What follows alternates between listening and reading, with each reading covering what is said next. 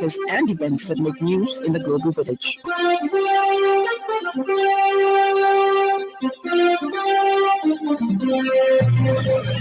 Good evening. This is the 5FM Radio Main News. The headlines. President Hakainde Hichilema signs the book of condolences in honor of the late former president of Nigeria. A consortium of 22 civil has called for the immediate withdrawal of Bill 7. In Pakistan, monsoon rains kill 63 in 24 hours. This bulletin is live on our Facebook page, 5FM Radio Zambia, and YouTube channel, 5FM Radio Zambia. With the details, my name is Lance Sannie Banda. This afternoon signed the book of condolences in honor of the late former president of Nigeria, Muhammad Buhari, at the Nigerian High Commission. Speaking at the event, President Hichilema noted that Nigeria, being one of the African countries with a strong economy, is contributing positively to the continent. The head of state further remembered the late President Buhari for his positive contribution to the fight against corruption across the continent. President Hichilema also highlighted the negative implications of corruption on the public. Where he served in the military, Nigerian military, and for many years. Then he served as president, said twice, democratically elected twice, and served superintendent over the affairs of Nigeria for 8 years. And obviously through that role, I met him, had our various meetings when I took office here, and AU meetings, and really he served Africa through Nigeria and served the world. A consortium of 22 civil society organizations has called for the immediate withdrawal of Bill 7 and the initiation of a genuine people-centered constitutional review process. Speaking on behalf of others, Chapter 1 Foundation Executive Director Josiah Kalala notes that the people-centered process prioritizes the active participation of citizens at stage from agenda setting to final setting. Mr. Kalala says it is transparent, ensuring that all relevant information is accessible to the public. He says, given the inherent risk that constitutional review poses, it should be independent, led by a credible body free from political influence, ensuring impartiality and fidelity to public interest. The consortium comprises, among others, ActionAid Zambia, Advocates for Democracy Governance Foundation, Transparency International Zambia, among others. Zambia's constitutional history is marked by missed opportunities and piecemeal reforms that have entrenched executive dominance, weakened accountability, and stifled democratic consolidation.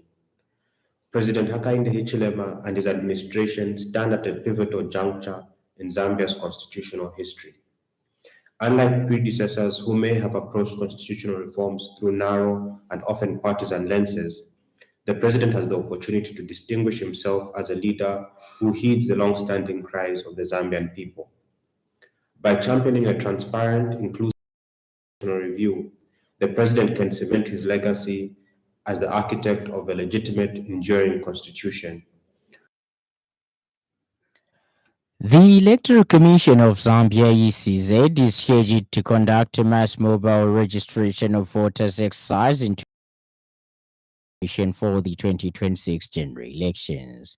This exercise is targeting an estimated number of 3.5 million Zambians that will be eligible. Chairperson Mrs. Mwangala Zalumis said the commission has been utilizing the electronic identification system, BIS technology, in the voter registration process since 2006, adding that it is not a new development as been alleged.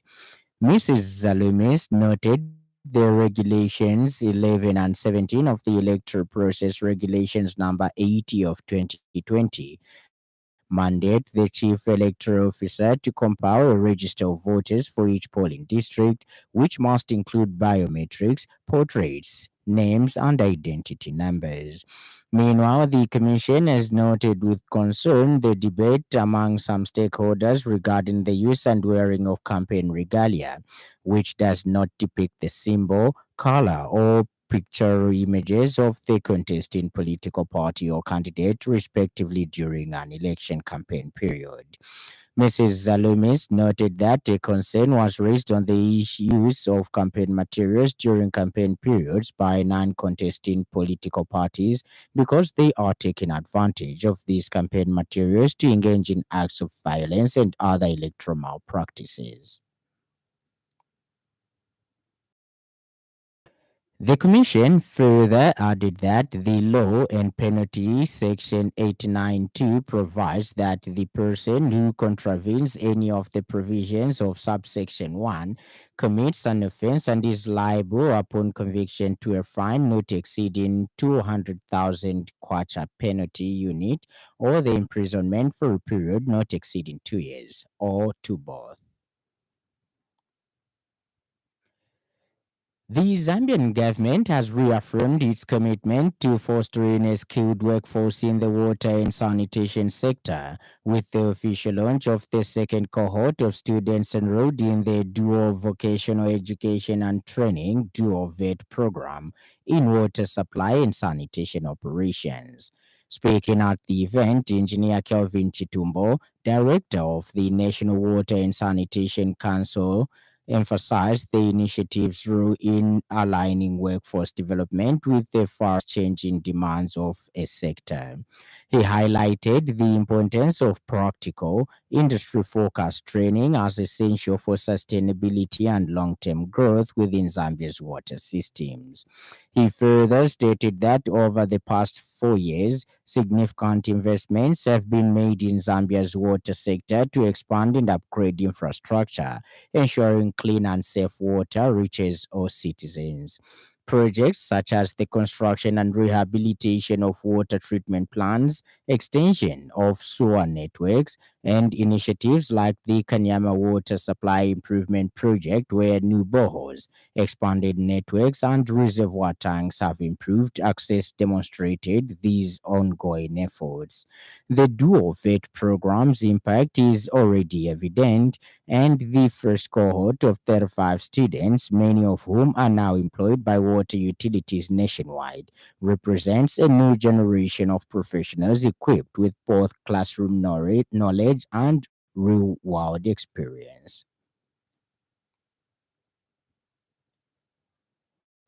The Permanent Secretary for Management Development Division, Alfred Sakuya, has reaffirmed government's commitment to restructuring the Lusaka City Council reporting structure.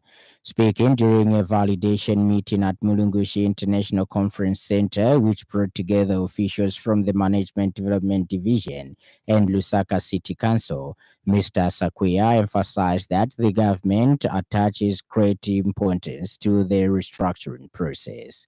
He noted that once finalized, the new structure will significantly enhance service delivery to Lusaka residents, especially with the inclusion of the devolved functions.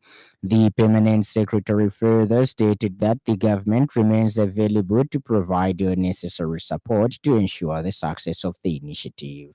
Mr. Sakuya also urged the structure validation team to meet the expectations of Lusaka's residents, governance bodies, and international investors through a well considered restructuring approach.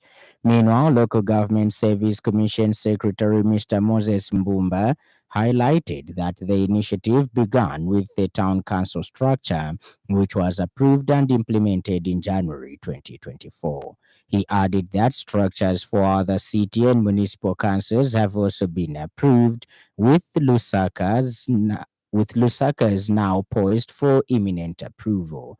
And Lusaka Town Clerk Engineer Lifterin Daba reaffirmed the council's commitment to completing the restructuring promptly to enable effective service delivery.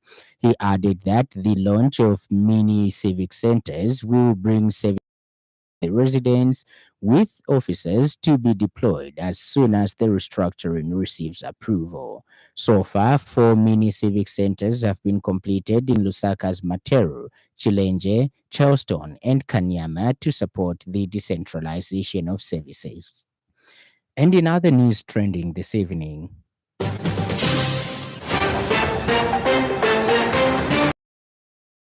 the Anti-Corruption Commission (SEC) has confirmed that 30 cases relating to the pilferage of medicines at the Zambia Medicines and Medical Supplies Agency (ZAMSA) are before the courts of law. The Alliance for Accountability advocates Zambia on the government to go beyond public announcements and provide detailed, verifiable data regarding the reported improvement in drug availability in public health facilities. Up next, the business news. 5FM Radio Business News. We mean business. Keep you current in commerce, trade, and industry, local and global. It's our business to keep you informed about business. Fisheries and Livestock Minister Peter Capella observed fisheries and livestock subsectors have long played a vital role in rural livelihoods, nutrition, and economic diversification. In a statement, Mr. Kapala says yet to unlock their full potential, the ministry must do more than rely on traditional approaches in public sector investments alone.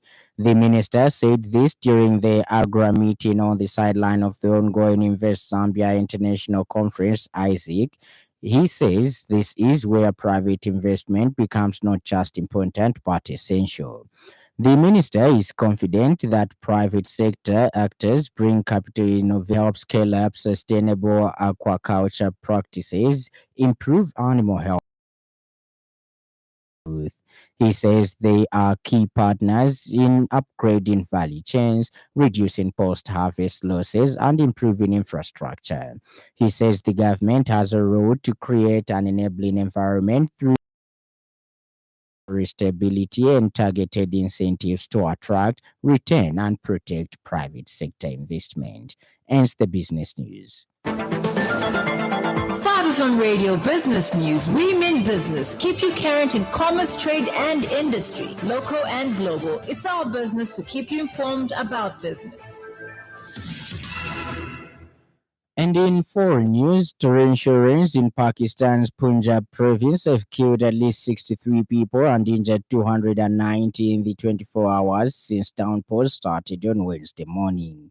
Most of the victims were crushed by collapsing buildings, while the rest either drowned or were electrocuted, according to the National Disaster Management Authority. Authorities in the city of Rawalpindi, next to the capital Islamabad, declared Thursday's public holiday to keep people at home, while those living near a swelling river which runs through the city have been asked to evacuate. The latest death takes the nationwide toll to nearly 180 since the monsoon started in late June. More than half of them were children.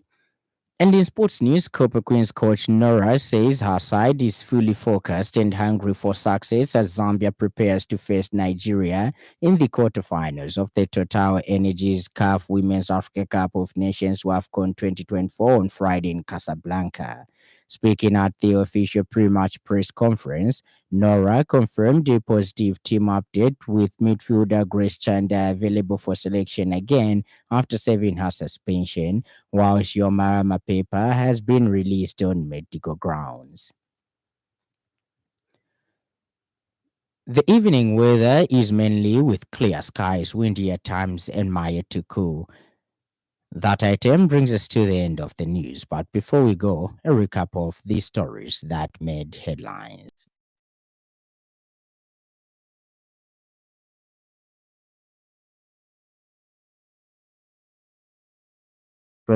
Hichilema this afternoon signed the book of condolences in honor rather of the late former president of Nigeria, Muhammadu Buhari, at the Nigerian High Commission.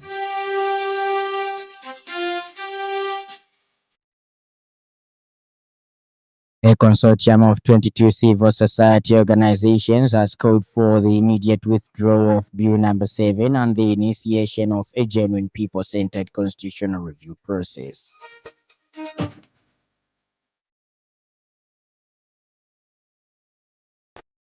And finally, torrential insurance in Pakistan's Punjab province rather have killed at least 63 people and injured 290 in the 24 hours since downpours started on Wednesday morning. For more news, follow us on Facebook and YouTube for FM Radio Zambia. On behalf of the entire news crew and the technical department, thank you for listening to the happy world of 5FM. Stay to 5FM Radio. My name is Lance Sannie Banda. Enjoy the rest of the evening.